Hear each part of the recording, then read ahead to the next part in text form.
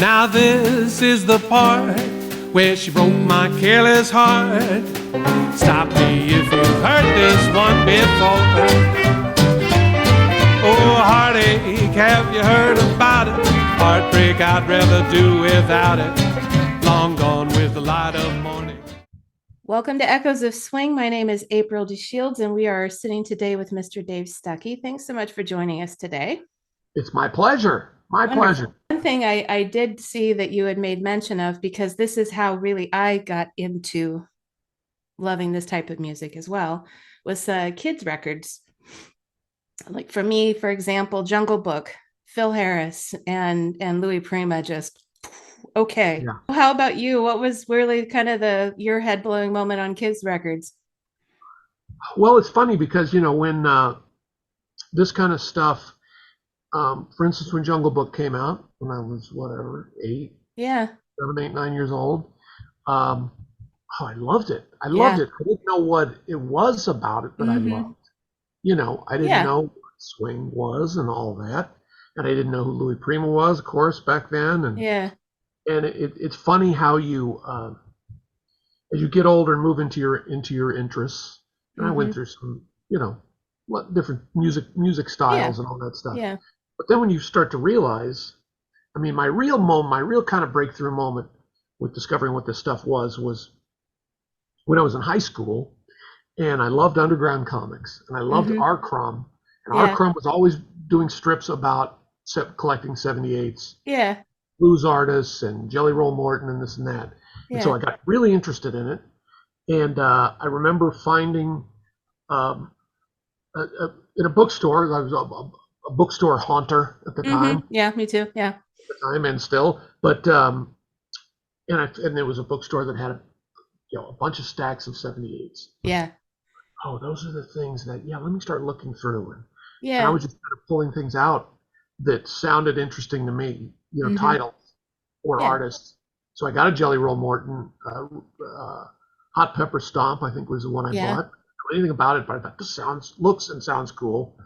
And coincidentally, weirdly, the original Dixieland Jazz Band, Livery Stable Blues, which was the first recorded jazz record, and I don't know, it just sounded cool to me, and I took it home. And right about that time was when the first episode of Saturday Night Live. Leon Redbone was the host. Right. And, I mean, not the host, the musical guest. Yeah. And I was just now like visually blown away too. Just like what is this guy? He looks like he stepped out of a time machine, but I didn't even know what time he was referencing. Yeah, you just knew it wasn't now. No, it wasn't now, and he was so mysterious and cool, and so that's when I started to get the bug for it. Even though I had other interests in music on through school and college and all that, I kept coming back to jazz. But growing up in Kansas City at that particular time, ironically, I never dreamt I would find people that I could play that kind of jazz, or even know how to play, or even learn how to play it.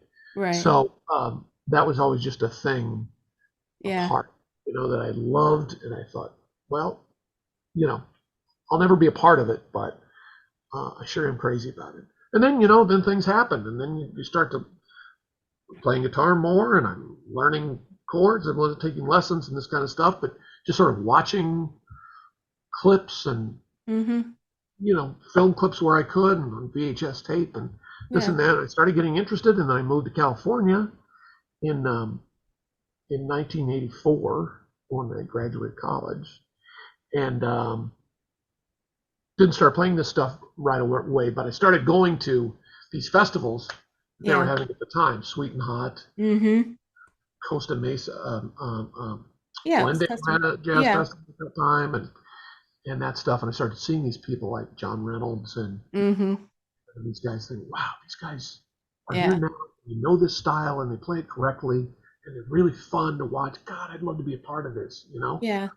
And and then it went on from there to there. I was interested, and still am, in Western swing, and even concurrently with jazz. Mm-hmm. I had a Western swing gig. The guy let me put a band together to play a thing in Hollywood, and I was talking to my bass player Wally Hersom, who now lives in Barcelona, but has been my longtime musical collaborator. Yeah. And I said, man, I'd really like to have a horn in this band, like the '30s Bob Wills records, Yeah. I wonder if I mean I wonder if I could get one of these guys to do it. Well, I said, we just call him, and Yeah. he had a number from another gig he had played, and I called him, and of course he said, "Oh yeah, I think I've heard your name before. Yeah, yeah, sure, I'll do it." And then I just thought, oh, it's just that easy. You can Yeah. just they're all It working is. musicians, and if you're not super lousy, they'll play with you. Yeah. A So second time. Yeah. a second time, exactly. So it all kind of grew from there, and Yeah. but that's what started as a little kid and not even knowing what it was I liked about it. Yeah. Like at the same time I was seeing Doug Kershaw he was on TV a lot in the '70s, and I didn't know what Cajun was either, but I just knew Mm-hmm. that there was this crazy guy who played fiddle and was a wild man. It was more mysterious stuff that I thought, Right. what is this, and how can I hear more of it? Yeah. Yeah. And jazz, pre-bop jazz turned out to be that for me in spades, and led to having a band and having a Yeah. good time. Yeah. It was similar because Hal Smith and I said that when we were kind of learning, reading the liner notes on those old records were good because those could point you in the direction of other people to look at and listen to. And feel like we've kind of lost that in the digital age a little bit, but we've gained a lot more in other ways. But Right, it's a trade-off. There's no question about it. It used to be like the thrill of the find mm-hmm. of something that you'd been reading about for years and years. It was Yeah. comparable, but now there's just more. You can find all the stuff, which is Yeah. yeah, it's also good. But isn't it funny that at a certain age, where you're kind of I guess you're kind of finding yourself, trying to Mm-hmm. find things that you're trying to find your place, Yeah. um, to be interested in stuff like that, Mm-hmm. like old horror movies or Yeah. '30s jazz or '20s blues or whatever, Mm-hmm. um, then it really felt like you had a place. Like this is. Yeah. I don't have any friends that like this, Yeah. but I can't. This is the thing that speaks to me. Mm-hmm. You can't be really being. People often say, it's nostalgia. Well, you can't really. I don't think you can be nostalgic for a time period you didn't know, Right. but Right. you feel a thing Mm-hmm. speak to you. Yeah, Uh, exactly. yeah, and that's where we go, and I don't know. It just makes you feel like I'm carving a path that's Mm-hmm. Is at you. least different from people I know at the time, Yeah. and my folks might not know what I'm talking about. Although my dad loved jazz and used to go to the Playmore Ballroom in Kansas City Oh when he was yeah. in college, and used to saw Basie and was a huge Stan Oh Kenton. neat. Yeah. So I did get a little bit of that. He took me to see Stan Kenton when I was 15 or 16. Oh neat. I'd been playing rock and roll, and it was one of the craziest things. I'm sure those charts, goodness. I mean, and the dynamics, like I didn't know Yeah. dynamics. Playing in a Yeah. loud rock and roll band, they could be louder than any rock band you've ever heard. And then in the next 16 bars, they just come Yep. way down. Yep. And it was a eye opener. Again, it was like a lesson. It's like Yeah, exactly. you got from your guys Yeah. thing, and it becomes your Mm-hmm. thing. So in a Yeah. way, not knowing anybody that likes it makes it more special to you. Like, Mm-hmm. I don't know, you don't know this? Well, I really like it, Yeah. and occasionally you kind of turn. I'm sure you would turn a friend on to at least an aspect of it, Mm-hmm. of what you liked, but Yeah. it would. I mean, it didn't happen very often. Right. Everybody was in. You mentioned where you kind of grew up, but Nancy Wilson used to say that at least at the time that she was growing up, that where she grew up had a big bearing on who her influences were. But you were kind of saying almost a little bit of the opposite, but just because of the timing of when you were growing up in that area. So, how do you think where you grew up kind of influenced some of your early tastes? Well, it did, in the aspect of growing up and hearing stories about Kansas City from my grandparents Mm, and my folks. That, for instance, I knew about um, what's now known as the Kansas City Massacre, which was Yeah. they're springing Pretty Boy Floyd, and Yeah. almost everybody got killed in the thing, and that's how the FBI got to carry guns. Kansas City, and you still go down to Union Station and see where the bullet holes Oh are man. in one part of the building. So I heard all this great history about what a wild town it was, Mm-hmm. and there was a bar that was still there when I was in college in Kansas City on Main Street called Milton's. Mm-hmm. Milton's Tap Room, and he was a guy that was around back then, and he even ran for mayor at one. He was just a crazy Yeah. dude who had this great bar, great jazz bar, and he was still alive. And I remember, again when I'm discovering this stuff through Mm-hmm. whatever Leon Redbone or Art Crumb or whatever, Yeah. hear about this.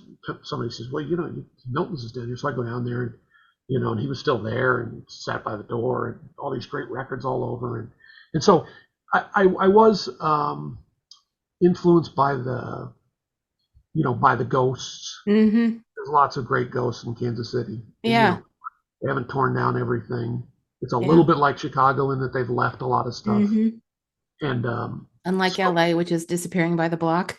like LA Yeah. exactly, or many cities really. I mean, but that was I think that's what I got out of it. That's what Mm-hmm. I came away with it, knowing like just knowing like okay, the Playmore Ballroom used to be right there, and Mm-hmm. Milton's was right there, and yeah, you kind of I did absorb it that way. I mean, I love all that history in Kansas City because it was an interesting town. Yeah. In that at the height of Prohibition, there was like 500 speakeasies in Kansas City. Yeah. Oh wow. They had a corrupt mayor, and he just Yeah. wanted a wide open city, and Mayor Pendergast, and so there's all this neat history, and Big Joe Turner, and I knew about Yeah. that. High Mm-hmm. school Charlie Parker was from there, and Yeah.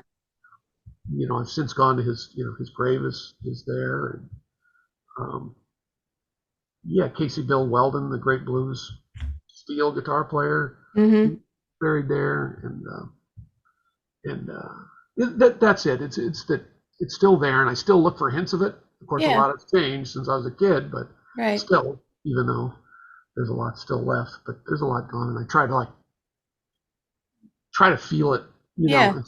whenever I go back. That also you've got as I do, a lot of deep interest in more classic movies. And is that what kind of spurred you into deciding part of a career path for yourself, or? Yeah, it definitely did. Mm-hmm. And I mean, you're a spring chicken, so you Well, that's kind of you. The arthritis says otherwise, but that's kind. Brownie point for you. well, you probably read about, but in the early '70s, um, there was just an explosion of nostalgia for stuff, Mm-hmm. old radio shows, Mm-hmm. old movies, and, um, movies. I remember these repertory packages would come through town. Yeah. We're at the theater, like Laurel and Hardy Mm-hmm. movies. You could go to the theater and see a whole bunch Yeah. of Laurel and Hardy movies and Marx Brothers and all that. And as a kid, like again, it's something that spoke to me. Mm-hmm. And, I was I guess I was in grade school or junior high, and I started checking out old radio shows Mm-hmm. at the library. Yeah. I got interested in that stuff.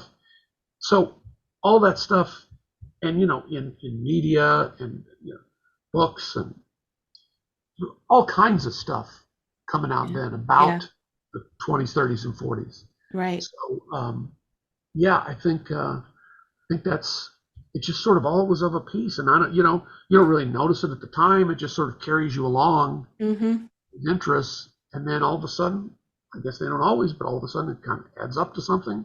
Mm-hmm. Okay, this is why I like this and this and this, Yeah. and that's how it led to now. So movies, huge part of it. I did my degree at the University of Kansas was in radio, TV, film, which was mainly film theory, as it turned out.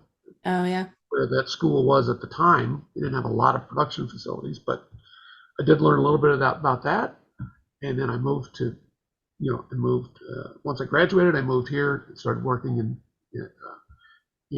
film and video. I became an editor. Mm-hmm. An editor for for 30 something years. The time I came to visit LA, I had one friend from high school who was a year ahead of me who graduated and moved to LA and started working in production and stuff. I went out to visit him, and the whole week was looking for the Houdini Mansion on Yeah. Yeah. Greystone. Laurel Yeah. Hardy, Music Box Steps, Mm-hmm. all the places we were looking around All for. the old Brown Derby locations. Yeah. Brown Derby, yeah, Bela Lugosi's house in Oh, yeah. Nine from Outer Space, and Yeah. and all that stuff. It was so that was the big draw. I always kind of wanted to live in New York until I visited LA. Yeah. It just something grabbed me about it. Oh, yeah. You know, I remember driving around with Ann Davison. It was long after Wild Bill had died. I was taking her to the doctor or something, and she goes, "Oh, and that's where Ted Healy got shot."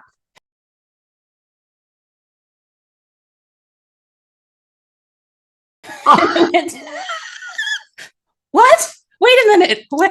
I'm on Sunset in traffic, Ann. Don't do that to me. I need to see that, but I don't know where you're. no, Because me being the Stooges fan, she knew I would think it was interesting, but it's like, I have people trying to kill me on this street. I need to stand still and see this, Anne. But it was funny how she'd suddenly just point something out. It's like, stop that. no. We got to pull over. You got to show me. Uh-huh. Well, that's funny that you mentioned that because when I first came out here in '84, was to work with that friend who was doing like little documentaries on his own. And I came out here to work on the Stooges documentary. Oh, really? Yeah, and Oh, I probably watched it because I think I've seen everything Stooges ever. it was interesting because when he started it, a bunch of people were still alive. Like Jules Yeah. White, Ed Burns, and Yeah. a lot of folks. And Joe Besser, well, no. Yeah, Yeah, he was alive for quite a while after that. yeah, into the '80s, and Yeah, he out survived Mo, if I remember right. Yeah, or he did pretty close. absolutely. And Curly Joe was still alive for a Yeah. long. We went to the when the Stooges got their star on Yeah. it's on Vine. It was but it was Right. a Boulevard star. Um, we took he was sort of on the outs with Mo's family, his daughter and his son-in-law, who sort of like kind of fancied themselves to run the Yeah. empire. Yeah. And so we took Emil Sitka um, to the ceremony. He Oh, had not been honey. invited, and Oh, Besser no. was speaking. I think somebody like Steve Allen spoke or Oh, something. that sounds about When they right. found that Sitka was there, they invited him up to make a speech, and he got the biggest pop of the whole thing from people Oh, because he nice. was funny and that eccentric, wacky Yeah. character that he always played. So yeah, and that was the other fun thing about probably even more so than New York is in LA. You just there's a chance you could see anybody Yeah. walking around just at the grocery store Yeah. or crossing the street. When I first came out and made a little foray into LA, didn't wind up staying in '81, stayed about almost a year. But one of the first days I was there, I was crossing the street on Hollywood Boulevard to go to another bookstore. There Mm-hmm. was, there was a really good one on Hollywood Boulevard, Yes, there was. I remember going there. yeah, and I'm standing there waiting for the crosswalk light. Yeah. In the corner of my eye, I see there's somebody standing next to me waiting also, and I look over and it's Marty Feldman. He's just looking like Marty Feldman. Yeah, exactly. Because, yeah. It was Wasn't that, wow. but didn't they still have some of the recording studios right around there that used to be the NBC studios at that Yeah, time? down on Sunset. Yeah. Yes. Yeah. Huh? Down at Sunset near Argyle and all that. Yeah. Right. And I guess he was going to the bookstore. I don't know where he was, but that could happen anytime, Yeah. anywhere in LA, especially at Mm-hmm. that time. Yeah. Fun. Keep your eyes open because you don't know who you're going to see, and you don't know what like famous location you're going to drive Yep. by because it's all there, and it was just of a part of Just the like city. something like Bing Crosby's office building. I think that's on Sunset too, but on the other side where they invented multi-track recording. Yeah, right. Kind of a big deal. Kind of a big deal. Yeah, yeah. KTLA is I can't remember if KTLA is still there or not, but that's the old Warner Yeah. Brothers. That's where the Jazz Mm-hmm. Center was shot. So it's It's wild. It's been a wild place to live. It really has. Yeah. Well, I mean, it's funny with the editing and Peter Chakos. I'm trying to remember, I can't. I'm paraphrasing because I don't. He's another editor, as you probably well know. Um, he said that you almost to be a good editor, you have to actually understand performing. Oh yeah, for sure. And kind of mirroring that, Gene Kelly had said to me that editing, dancing, music is all math, but different versions of it. It's really true. And I always feel like, especially when people are blazing through TV shows on internet streaming or things like that, or movies, I very few people other than extreme Star Wars fans understands the difference between good and bad editing unless they get a bad editing job. And it's Yeah. just because there's George Lucas has spent so much time making sure people understood Star Wars really sucked until they got a good editor.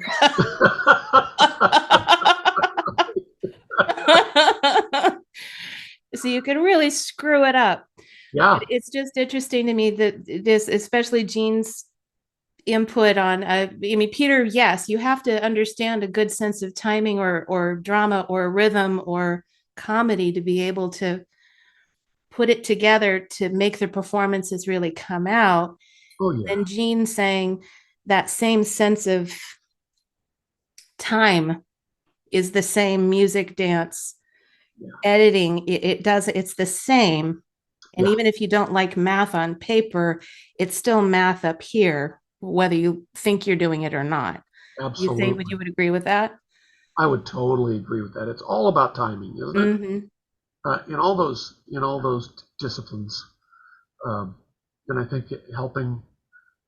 I think probably knowing how to dance or play drums or play music uh, helps as an editor. It Mm-hmm. really does. It really, and I guess it's something you develop the more you do it, but it's also sort of innate.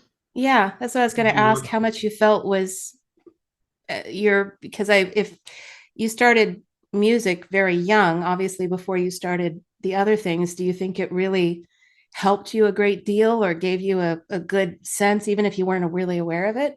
that's it. I mean, subliminally, I'm sure. Yeah. And yeah, it's a thing you can develop, Mm-hmm.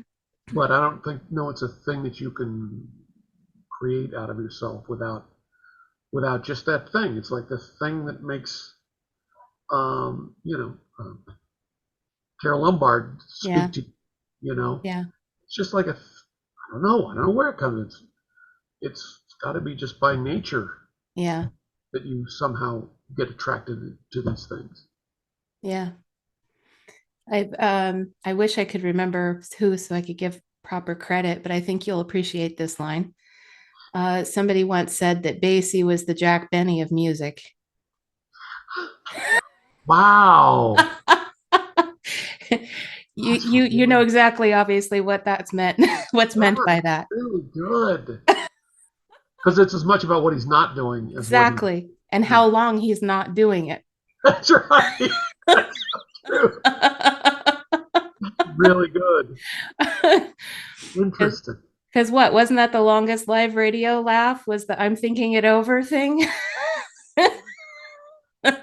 Oh, the pauses and that's uh, that's the timing. His timing was yeah. impeccable. Yeah, and Basie to me, same thing. Basie, the first time I heard that, and I think that was, I could almost bet you money that was Hedges telling me, okay, I know Bill gave you a list. I know Saunders gave you a list. Do my list first. That was typical for Hedges, but in this case, he was right. But he said Basie. He knew in my brain, he knew that one, and he was dead right. The first time I heard Basie, I went, okay, all over. Yeah. Yeah. Sure. Sure. Great. Is there a specific band or performer that for you was okay? It's all over. That's I would say I would say probably. I mean, I know what I want to say, but I'm trying to think of something else. But no, it has to be Fats Waller. Just yeah. has. Yeah. because he had, to me, the Everything. whole package, Mm-hmm. virtuosic playing, the amazing songwriting ability, which I Yeah. still obviously aspire to, and sometimes write a song and think, is this could this maybe could Yeah. I hear him singing this kind of a thing? Does it have that kind of a feel to it? Yeah. I still do that. Yeah. So and then to learn that, you know, he died when the train was in Kansas City. It was at Union Station, and he had Yeah. pneumonia. They were laying over, and that's where he passed. So but yeah, it has to be. And to learn he'd be writing songs in a few minutes and just selling them for a drink or Oh meal or yeah. something. It's like, Oh what? sure. Oh Yeah. my goodness. What is in that head of yours? And it was, in a relatively short period of time of his Yeah. life, Yeah. he wrote well over 100 songs. I Yeah. mean, and so many great. I mean, yeah, it's like colloquially poetic Mm-hmm. tunes. Yeah. I mean, Andy Razov obviously played such a big part in his life. And Yeah. I guess Fats would still be great, but he wouldn't be as great. I don't Yeah. think. But yeah, I would say it's probably Yeah. Waller. When it comes to see the band, sees clearly that Yeah. I'm enamored of the guy. Whole personality of what they put forward Yeah, that that's right. just speaks to a special part in your heart that you've got to pretty much be just absolutely tone deaf and blind to be able to get it. Yeah, that's right. That's Like right. everybody gets it. And it's interesting that that like Prima and or Wayne Manone or Yeah. you know um, to a lesser extent probably Red Allen. Mm, That I mean, all of that stuff comes from Armstrong. It all yeah. comes like Yeah. the one that speaks to, and also with the humor about it all. Yeah. Uh, and you can see why he's just like the fountainhead of Yeah. all. You know. I have an air check recording of Bing Crosby after Jack Teagarden's solo on an intro on, or it wasn't a solo, it was an intro on some tune with Louis. Oh, And you can hear this, you can tell Bing was supposed to step in and start singing after the intro, but he's kind of floored by Teagarden's entrance. And he just goes, ladies and gentlemen, you just heard the truth. wow, that's great. And you can hear Louis in the background going, yeah, daddy, yeah, yeah. Do it again. Do it again. That's great. Those small groups, because it was kind of built on a Condon or Armstrong 4-beat swing, Mm-hmm. was the fact that it was a language of kind of this joy between everybody. It wasn't always exactly the same. You Right. just kind of did ahead, and maybe the takeout or the write out or the intro would be the same, or maybe the bridge would be the same, but Uh-huh. I enjoyed that. Is that what really draws you a lot to what you choose to do as far as playing is concerned, the kind of the small group, kind of similar? Absolutely, the small group thing is what really, really grabs me, Uh-huh. um, because I just love that there's the individuality of Yeah. the instruments, and you can tell what everything is. It's Mm-hmm. not a wall of saxophones. I mean, I appreciate the power, and Yeah. especially, I mean, I'm a big Fletcher Henderson fan, but I do love those bands. But the small thing and head arrangements and just kind of tossing it around, Mm-hmm. I love that. I Yeah. just really love the excitement of that because it's all spontaneous, and and if you have little parts at the beginning or the end, it's just, to me, it's just fireworks, Mm-hmm.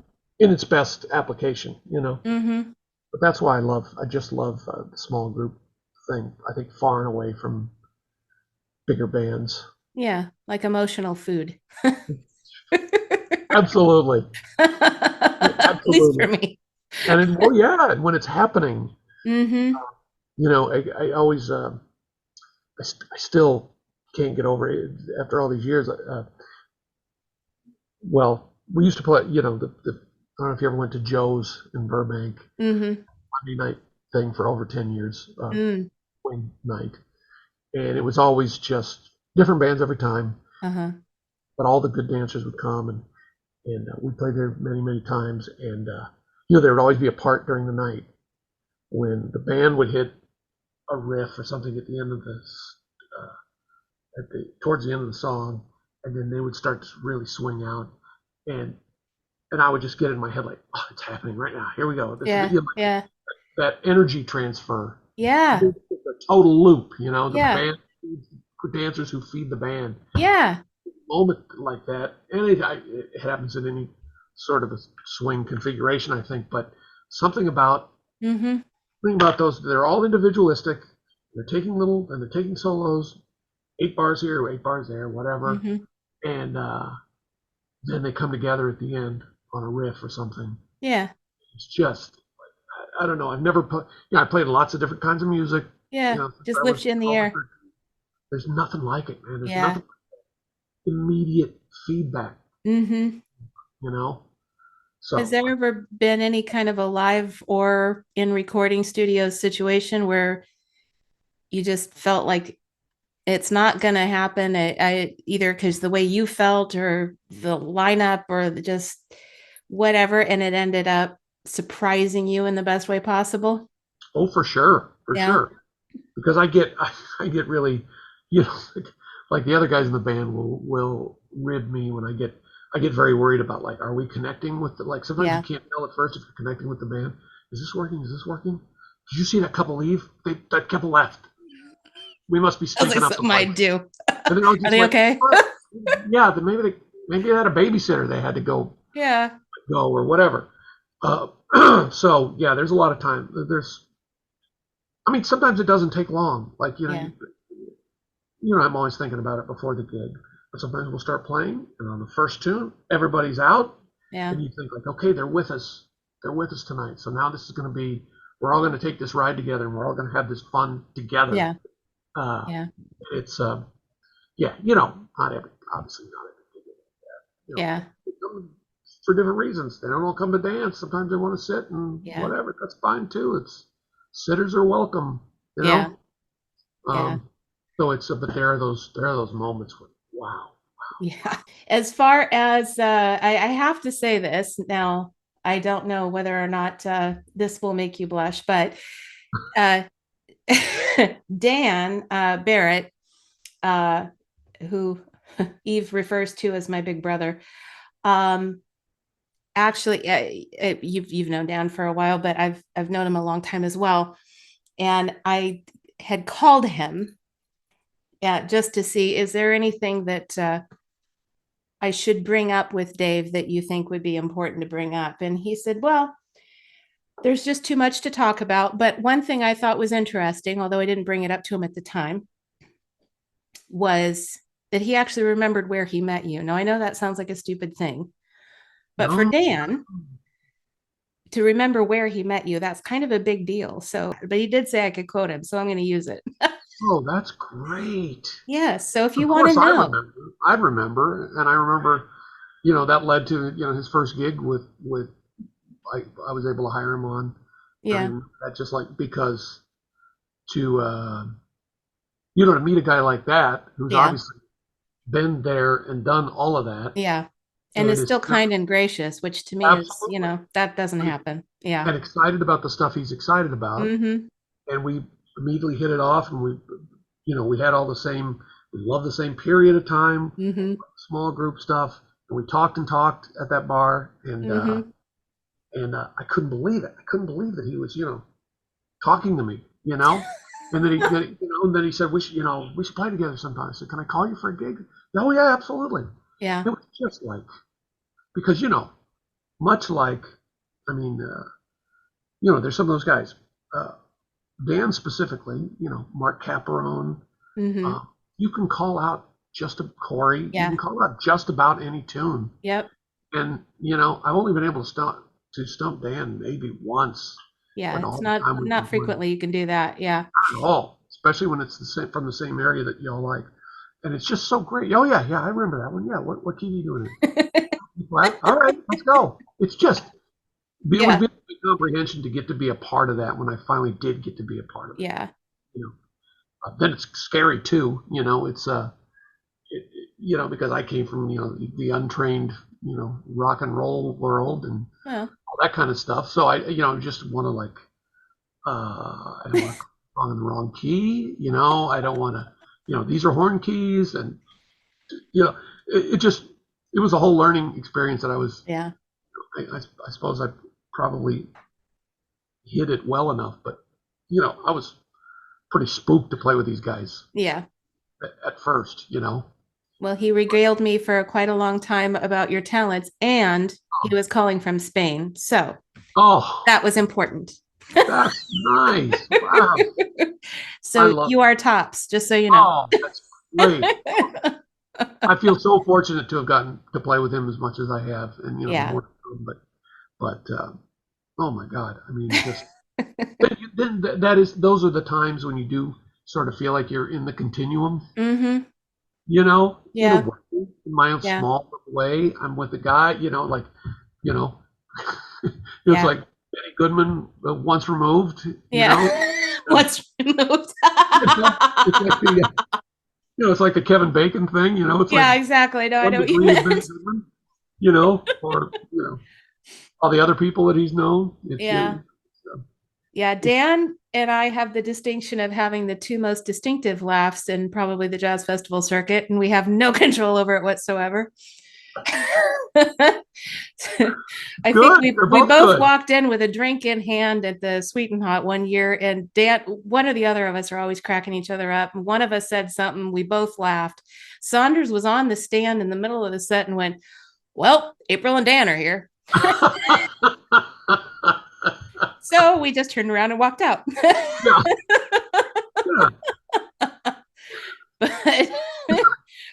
yeah, but Dan, what you're saying about being able to just sit and talk and talk and talk and talk, just because there's so much to say, there's so yeah, much to enjoy, there's so much to share, even if the person we're sharing it with already knows. yeah, But Dan, Hal, Smith, yeah. Sonny, can't tell you where I met a single one of them. It was a long Uh-huh. time ago.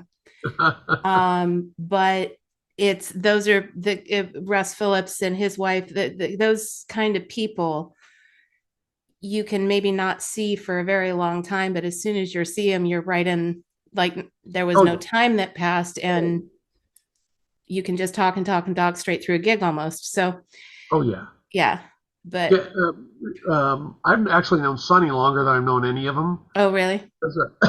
I met him back when we were all playing rockabilly, Uh-huh. and he moved out here to be play piano for this guy Big Sandy in the Oh yeah. Fly-Right uh, Yeah. trio, Fly-Right Boys at the time. And you know, I was great friends with them. We used to do a lot of shows together. So that's where I met him, and you know, knew him for the longest time. And then I knew that he played these festivals and stuff that I thought were so cool. And then all of a sudden we're, you know, together, and he's playing on my album, and we play a Mm-hmm. bunch of gigs together. Mm-hmm. And yeah, he's a long time. He's a very dear friend. Yeah. Fun to get to end up in this space Yeah. after And they're after. so much the exception, which is sad, but it still makes them extra special people that they and their wives become like adoptive family, just because, Yeah, it just, you can't help but not be, that's right. you That's know. right. That's So right. yeah. And I feel the same way with the Caperone. When I first met him, I was playing a wedding up in Northern California, and I didn't have a horn player. And I thought, I'm just going to call him and see if he'll do it. And then just instantly, like instant, hit it off, and Mm-hmm. had the best time at the gig. And with he and Don, I feel the same way. Yeah. Though I've known them in a briefer time than Sonny. You know, Yeah. it's funny how you click with the people you click with, Mm-hmm. Mm-hmm. and there's no getting around it. Mm-mm. The first year I went to Sweet and Hot, I was sitting, I was sitting in the musicians lounge. You'll like this. And same thing. I just turned to my side and there's Buddy Ebsen. Wow, And wow. I looked over at Saunders and he looks at me and I look back at Buddy And Saunders goes, what? And I couldn't think of anything else to say. So I said, his skin cleared up.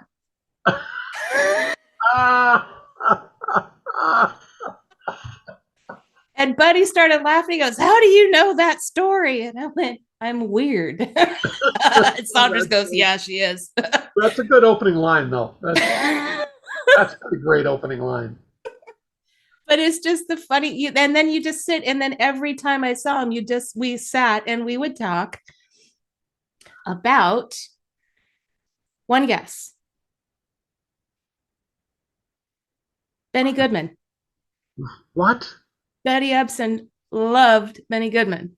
Oh my God. I mean, when you meet a fellow traveler, you know, it's just, yeah, there's just nothing like it. And it's an interesting, it's what makes the scene for me unique. Yeah. Is that,